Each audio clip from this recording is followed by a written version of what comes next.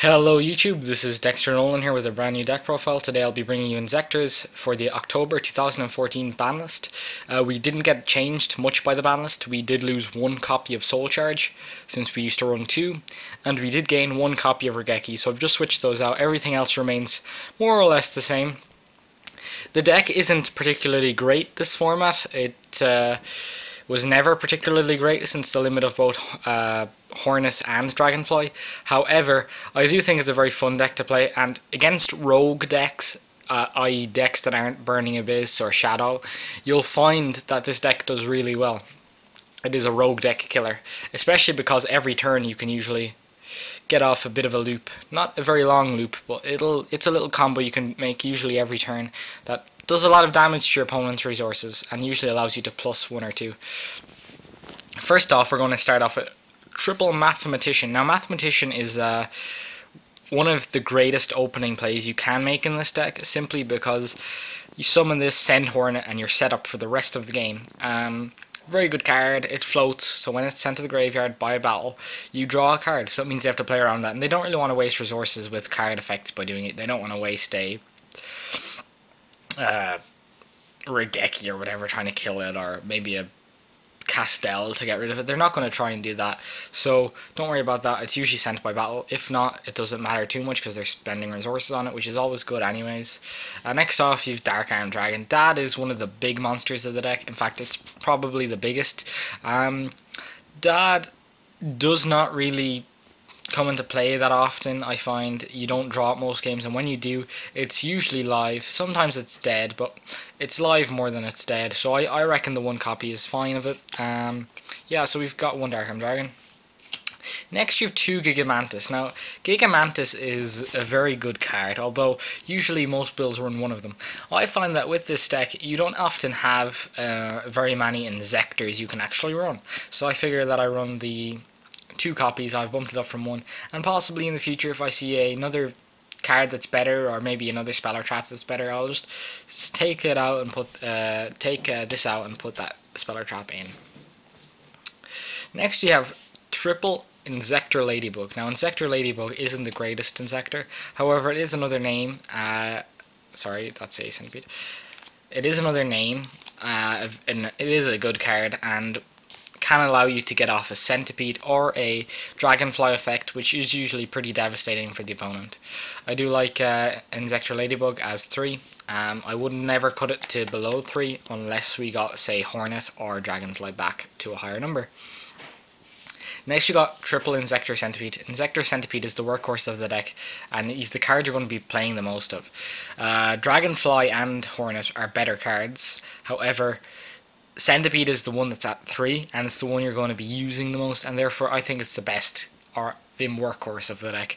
Love this card. It's very good and very useful.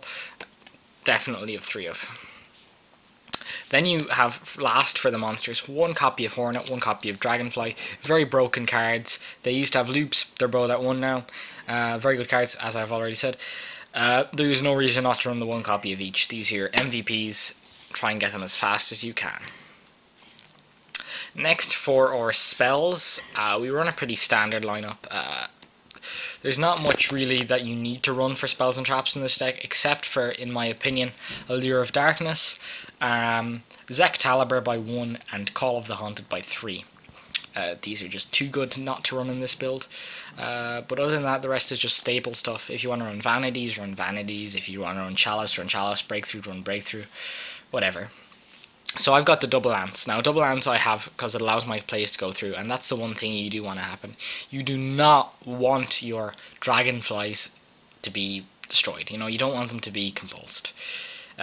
You don't want them to be gotten rid of by a torrential. You know, you want to protect that dragonfly so that you can devastate your opponent with the massive plays you can make. Next, we've got Triple Potijolly. Potijolly is here to make you dig into your deck deeper so that you can actually get the combo pieces or cards you want. Of course, you cannot special summon that turn. However, your special summoning ability in this deck is very limited outside of Dragonfly, so I would not worry about that. You got one Book of Moon just because they're very useful, very versatile card, and I think it just deserves that one spot at the 1. Foolish Burial is a 4th copy of Mathematician that doesn't use up a normal summon, so if you open this with a Dragonfly, it's often very good. 1 Allure of Darkness, draw engine, a bit more draw power. 1 Mind Control, very good against Shadows. This format, I love Mind Control. Double MST. MST is there too because you just kind of want your plays to go through, and also Vanities is a thing. Nothing worse than them chaining a Vanities to Dragonfly's effect. 1 Dark Hole, 1 Regeki. Clears your opponent's field of monsters, so that you can actually go and make your Dragonfly play, destroy all their spell and traps, and do a lot of damage on that turn. 1 Soul Charge and 1 Inzektor. These are one-ofs. Soul Charge is there just so you can get a big field, unbreakable field of Dragonflies and Centipedes. Destroy everything your opponent controls, and plus like mad for the next turn. Inzektor at 1. Very good card, just really useful. I think it's fine at 1. You don't need any more than that, and it's a good card. I mean, it's not the best, so it's just run the 1 copy. That's it for spells. Next up we have traps. Now, for traps, I run a pretty large lineup compared to most decks, but here we go. 3 Fiendish Chain. I believe it's better than Breakthrough in this deck, simply because your main problem in this deck is your opponent doing damage to you. You don't really have very strong monsters. They're all very small and weak, and often don't last the turn. So you want to kind of keep them from attacking into you. So kind of this negates the effect and also prevents them from attacking. So it's a very useful card. Also, on top of both of those things, it allows you to survive a turn, which then allows you to use your Inzektor's effect to destroy your opponent's cards. So it kind of just stalls off your opponent and allows you to last turns. Threatening Roar is also a very good card. I do not run Threatening Roar or Woboku in this deck. I prefer this, and I don't see a reason to run them. Next we got Torrential, Compulse, Bottomless, and Solemn. Now these are just staple 4. I think they're very good in the deck, and there's no reason not to run 4 of these. Very good cards.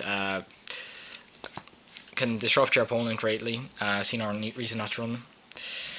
Wiretap at 2. Wiretap is a very good card. I was thinking about Trapstone over this, but then I figured it's better to negate stuff like Solemn Warnings and that when you're trying to make a summon that you want to go through. You just Wiretap that back, and usually it's dead later on if they draw it because of the life point loss.